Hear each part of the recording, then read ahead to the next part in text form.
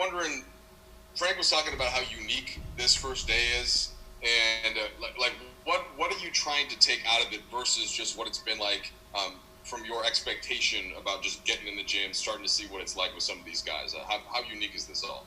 Is this Mike? Sorry. Yes, sir. This is Mike. Big win for our Vikings. Big win for our Vikings. Dan Bailey. Yeah, it took a little bit. I mean, it took a little bit. Yeah. You're right. But back to serious business. It's definitely unique, and I guess that's just kind of the mentality that everybody, myself included, is embracing. Coming to this organization, the championship organization, with a goal to defend and repeat. You got to have some sense of competitiveness and drive and hunger, as repeat champions. And then, for myself, who's a guy who's trying to get his first one in the midst of a team that's trying to do it again. My hunger aligns with the team's hunger and the organization's hunger. But as far as trying to integrate to a new system, I mean, I've played basketball for a long time. This is season 12. All glory to God and family. But it's basketball at the end of the day. Obviously, some different nuances, some different terminologies, but nothing that can't get picked up in a matter of a few days going into camp. I'd like to follow up on the Vikings, but I'll spare everybody else here. Wesley, just guys you played against for a long time, LeBron, Marc, Gasol. Is there a way that you can understand them by all of the scouting reports that you've had to prep that then evolves as you, even from that day one when you're actually on the court together? Absolutely. I mean, you can kind of see some of the things that you have to defend against, and to know now, be able to put yourself in those situations where you're on the receiving end, or you're the beneficiary, or you're a guy that helps can open up spacing so that the ball can breathe, so that you can play. One of the big emphasis was movement. This was probably the most movement I've done as far as spacing and cutting and slashing and just getting back into the swing of things, and almost similar to the flow in which style of play that I played in Portland, style of play that I played in Dallas. And, for me, it's exciting. And working? Hey, Wes, Dan Wecke with the Los Angeles Times. Kind of two questions. How did your experiences going to Milwaukee last year, a team that was obviously built for a title run? You might talk about integrating in your experience, but how specifically fitting in with a championship level team? How did those experiences last year think will play out this year? And then, sort of secondly, you see around the league, two guys in Oklahoma City tested positive for coronavirus. Portland had to shut their facility down today. How big of a cloud is that? Kind of as you guys go day to day here training camp? Well, I mean, everything that I've seen here has been top notch as far as making sure that protocols are followed, and a lot of it is just going to come down to the accountability of oneself. Being a part of this organization, being part of this championship organization, and wanting to repeat, and like I said, myself, wanting to be in that game and be the last team standing. You're gonna have to hold yourself accountable. I mean, this is going to be in some ways tougher than the bubble, because at least in the bubble we knew there was no other distractions. As far as it was difficult to be isolated from what felt like the world, but now to know that not only are we looking out for everybody's personal, your family, yourself, but this is an extension. The Lakers organization is an extension of your family, and so if we want to be the last team standing, we also got to be the healthiest team standing. So we've got to be accountable and be smart individually and collectively. And then as far as the transition from the Milwaukee to here, obviously, I mean, the difference is this group of guys has won the championship as opposed to Milwaukee, where we were trying to get our first. And the hunger is same, but it's also different at the same time. You have that pedigree about you, the wherewithal, having been there, having done it, and just trying to learn from it, but at the same time knowing that basketball is basketball, and just trying to be in the right spots at the right time to make plays and be in playing basketball again. Dave? Hey, Wes. When you guys, David Benham with ESPN, when you guys look at this preseason slate and these 4 games you have, how much are you going to kind of judge your team or measure your team versus you would in a normal year? Because so little time leading up to these games? I don't know. I mean, I only really know one way to judge, and that's off of, wins, performance, how hard we go, the little things. Your shot may not be there.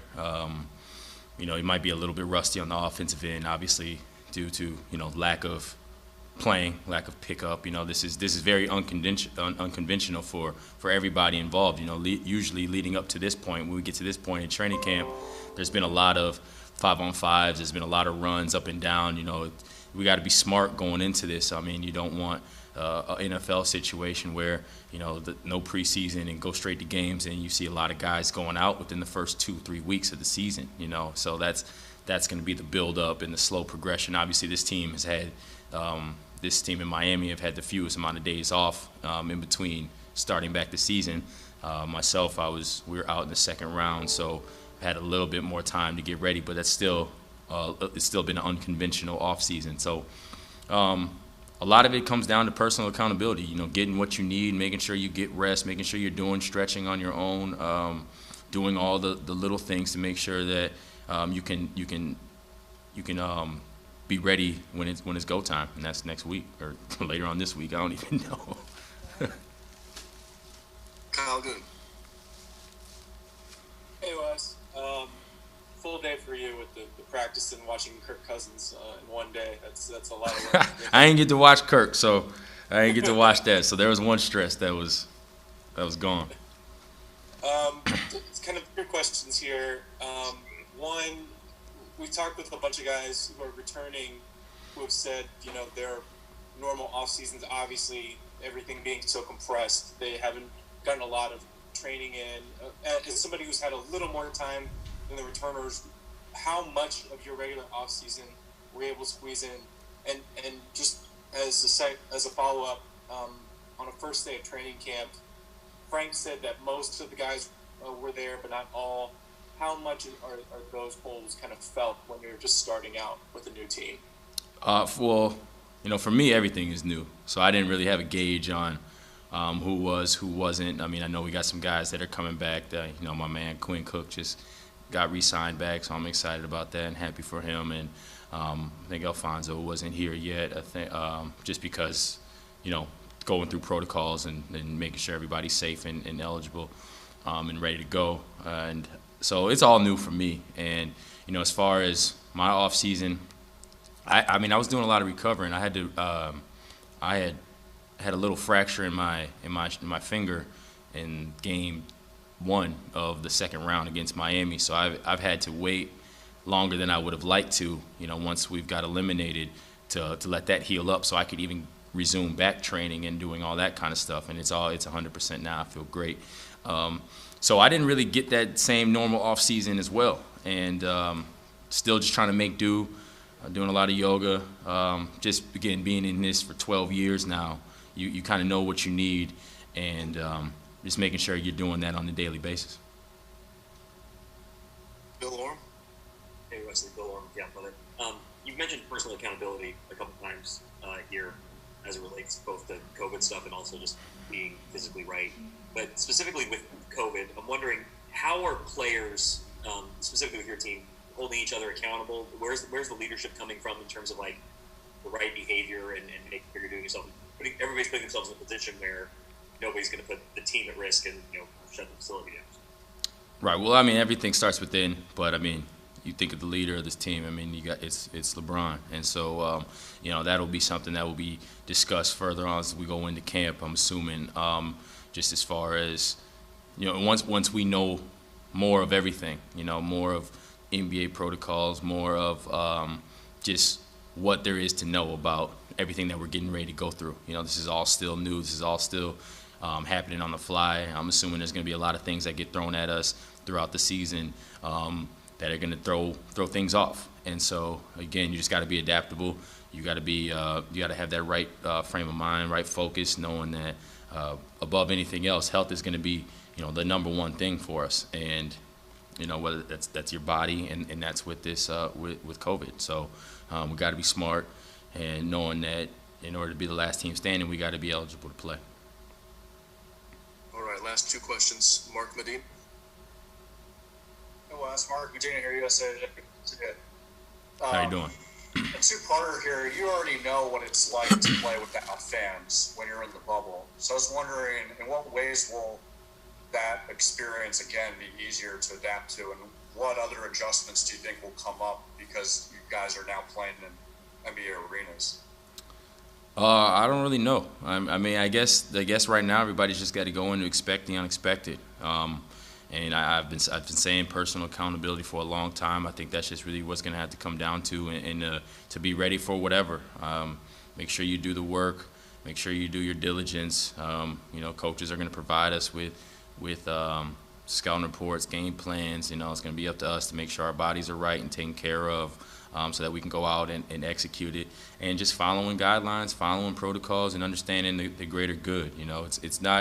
It's not hard to sacrifice when there's something bigger than you. And for this organization, it's repeating. For myself, it's getting my first one, and being the last team standing, and doing it together, and being tied in together. And that's what I took away from this first day. Even before this first day really started, that was the feeling, and that was the draw of this organization. Is it's bigger than everybody else.